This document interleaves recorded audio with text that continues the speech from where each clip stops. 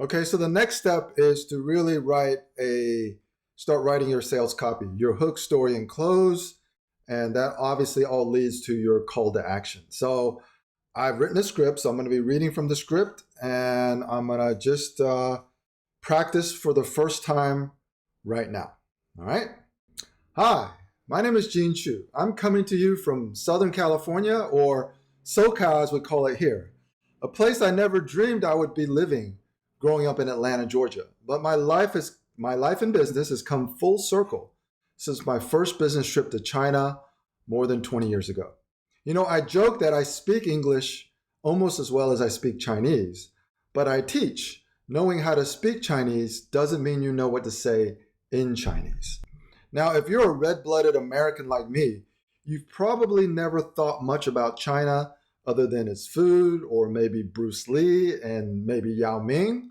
You know, when I was growing up in the South, everyone I met thought I knew Kung Fu. So those were very, very kind of ignorant times, or maybe you could just say it was a much more innocent time back then. Now, fast forward to today, and China is always in the news, and not for many good reasons. If you're a public company or just yourself sharing an opinion on social media, it suddenly feels that you have to be very careful what you say.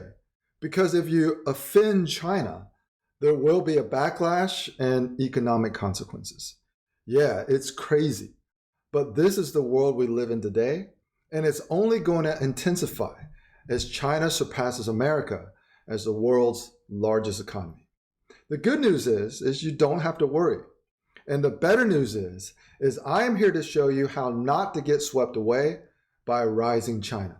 In fact, I will show you 2 simple mindset tricks that will enable you to win, not only doing business in China, but you'll be able to communicate more effectively and develop real guanxi relationships with all Chinese people. No more frustrating circular conversations, no more fear of corruption, and no more anxiety about what to do and how it might impact you emotionally and financially.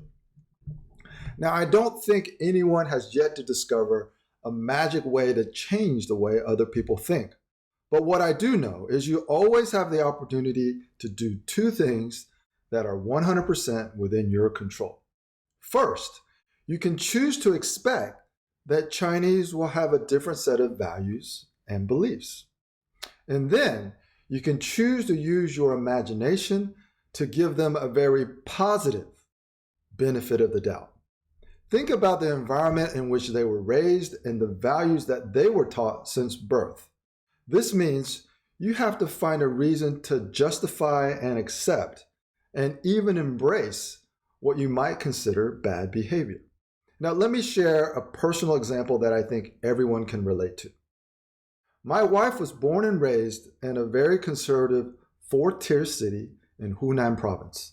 You walk into their family living room and there's a portrait of Chairman Mao above the dining table. So even though she's highly educated and was a visiting scholar here in the US long before we met, she still has a very traditional Chinese mindset. Now, I could have married my high school sweetheart from Shamrock High in Decatur, Georgia, and we would have still had arguments as all couples do. But I'm guessing that the way we argue would have been different. You see, because of our cultural differences, we have a fundamental different definition or perception of truth. Her reality is a world of relative truths, whereas I think more in terms of absolute truths. Have you ever said it's either yes or no? Well, that's how I think, but that is not how she thinks. Now, without getting into a long story, this is why most Westerners get really frustrated with these vague circular conversations with Chinese people.